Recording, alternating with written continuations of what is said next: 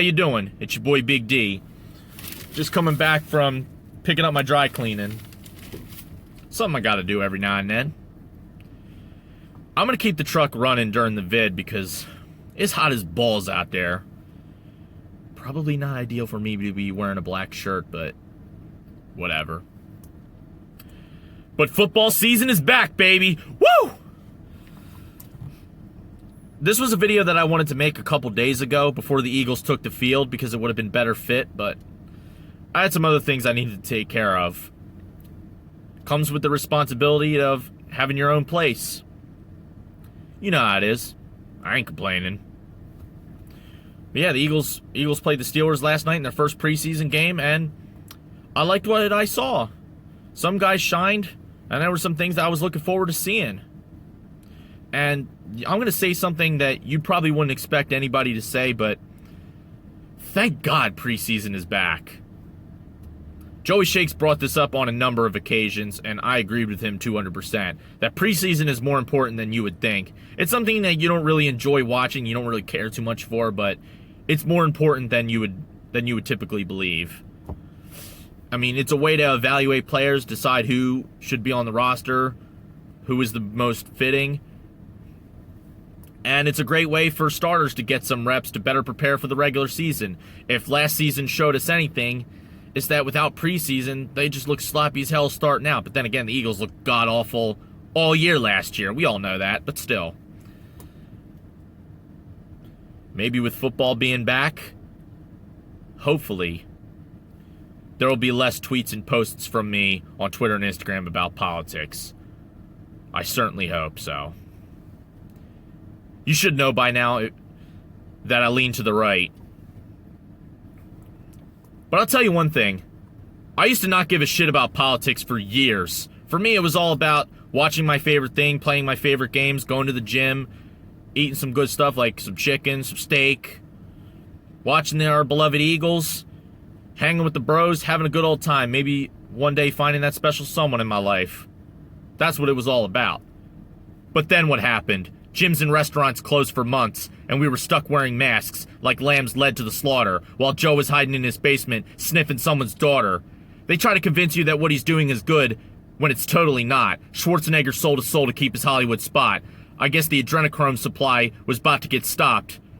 Either comply with the left's agenda, or you gon' get got. Gina Carano found out the hard way when she got popped. Athletes and celebrities side with criminals over the cops, especially one guy who bows to China and likes to team hop. To clean up Joe's mess, you're gonna need a bigger mop. Enough about that, it's time to stop. But anyway, I'd say the guys that stuck out last night were, first of all, Quez Watkins. It was a screen pass from Joe Flacco. He probably would have got another big play if Jalen Hurts put it on the money. I thought Jalen Hurts looked good. He definitely looked confident in the pocket. Of course, the stat sheet is going to say, oh, 3 for 7. He fucking sucked dick. But if you look at the game footage, you'll see that some of those incompletions weren't even his fault. Maybe they were. Maybe he threw the ball too hard. Maybe he threw it a bit out of favor. Maybe. But I think he'll be fine. But that pass to when Jalen Hurts, I like the fact that Nick Sirianni was bombing it deep when they were in their own goal line. I missed a lot of the good stuff because I was having a nice steak dinner, some nice bison steak, and some mashed potatoes and peas. One of my favorite dishes ever. I know how to make mashed potatoes now, as I said last night in my boy Den's, aka Where He Hidin's chat. Haven't watched that? Go watch it. You can watch the archived footage. But I was able to watch a replay of some of the highlights, and there's some things Jalen Hurts definitely needs to work on, but he's getting there. He's getting there. But Quez Watkins was the main guy who shined. I thought Alex Singleton played pretty good. Milton Williams, he was a guy that I was not too pleased that we drafted because I felt like we needed somebody else, but in the end, I was like, okay, now I see where they're going with that. They're looking at maybe he'll be a successor to Fletcher Cox. And he definitely looked like he was gunning for that spot when he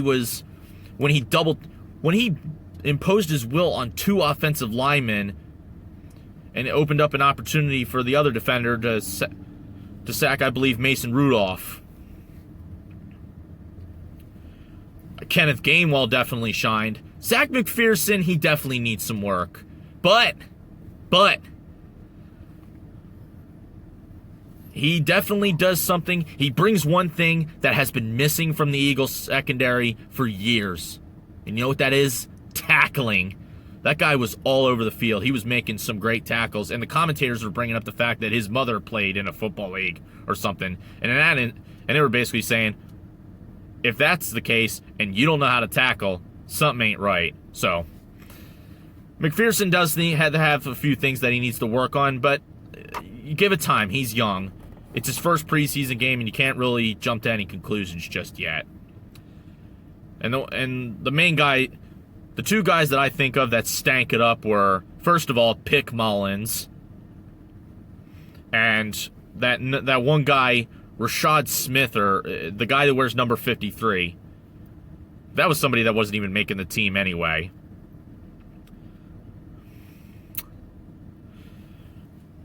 But not a whole lot you could complain about. I would go on and on, but I just want to make the video shorter than usual. I don't want it to go past 6, maybe 7 minutes. I don't want it to be too long, so I'm just going to end it here right now. Any additional things I could talk about will be in the next live chat. I'll see you there whenever I get a chance to do that. Anyway, as usual, fly Eagles fly. Peace and French fry grease.